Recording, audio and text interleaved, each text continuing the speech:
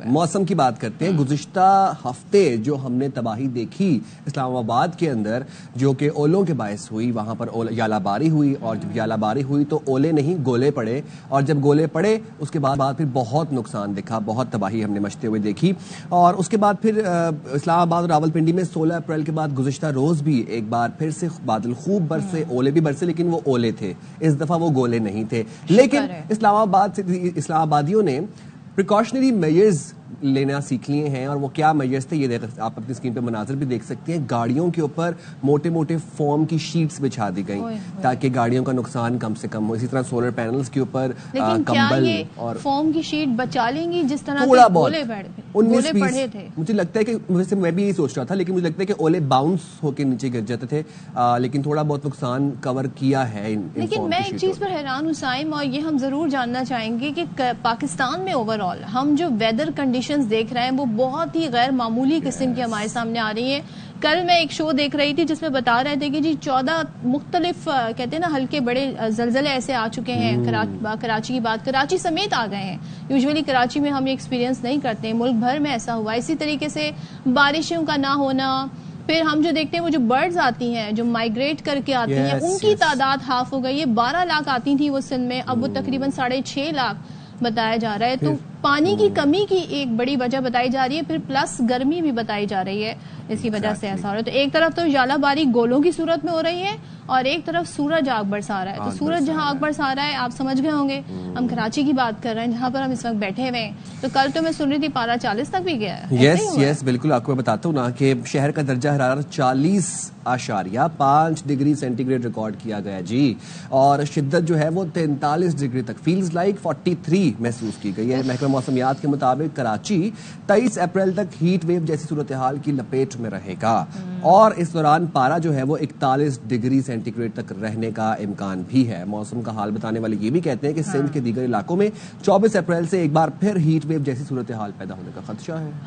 چلیں جی بات کر لیتے ہیں. انجم نذیر ہمارے ساتھ موجود ہیں, ڈپٹی ڈائریکٹر محکمہ موسمیات. تھینک یو سو مچ انجم ہمیں جوائن کرنے کے لیے. سب سے پہلے تو ذرا ہم آ جاتے ہیں اسلام آباد سے ذکر کرتے ہیں, کیونکہ ہمیں بھی بڑا کنسرن ہے اور اسلام آباد والے بھی کافی پریشان ہیں, کیونکہ انہوں نے جس طرح کی یالہ باری دیکھی ہے, بھلے جو اس کے بعد ہوئی وہ اس نوعیت کی نہیں تھی, لیکن ایک ڈر ایک خوف ہے. تو موسم ہمیں کیا بتا رہے ہیں, آنے والے دن کیسے رہیں گے اسلام آباد والوں کے لیے؟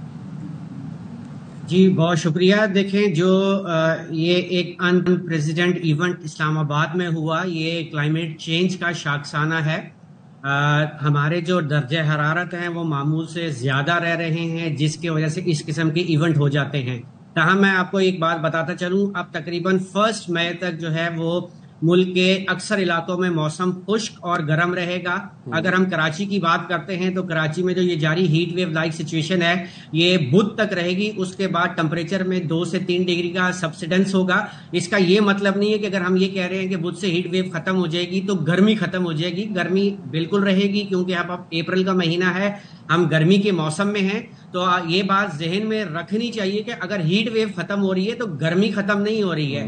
آپ نے اپنے پریکاشنری میجرز ویسے ہی رکھنے ہیں. عوام کی بات ہو رہی ہے کہ وہ اپنے آپ کو ہائیڈریٹڈ رکھیں تھرو آؤٹ دا سیزن. باقی جو ہے ملک بھر انجم صاحب دور دور تک کہیں بارش کی کوئی کوئی بوندا باندی ہو جائے, کوئی بادل ہی چھا جائیں کراچی والوں کے لیے, کوئی ایسا موسم ہے آنے والے دنوں میں؟ دیکھیں جی, کراچی میں اپریل مئی میں بارشیں تقریباً نہ ہونے کے برابر ہوتی ہیں. یہ کراچی کا کلائمیٹ ہے. مئی کے اینڈ یا جون میں کراچی میں بارش ہو جاتی ہے. اس کی ریزن یہ ہے کہ اگر کوئی مغربی ہواؤں کا بہت ڈینس سسٹم پاکستان کو امپیکٹ کرے تو اس کے اثر میں ایسا ہوتا ہے, یا پھر کوئی سمندری طوفان جب بحیرہ عرب میں بنتا ہے تو اس کے امپیکٹ میں کراچی میں بارشیں مئی یا جون میں ہوتی ہیں.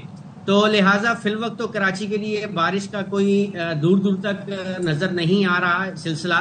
ہم اس بات کی توقع ہے کہ 1 مئی سے ایک اور مغربی ہواؤں کا بارش جانے والا سلسلہ ملک کو متاثر کر سکتا ہے. ٹھیک ہے, چلیں انجم صاحب آپ ہمارے ساتھ ہی موجود رہیے گا. ہم آتے ہیں ذرا ایسے ایک بات جو ہے وہ میڈیا سے گفتگو کر رہے ہیں, آپ کو لیے چلتے ہیں.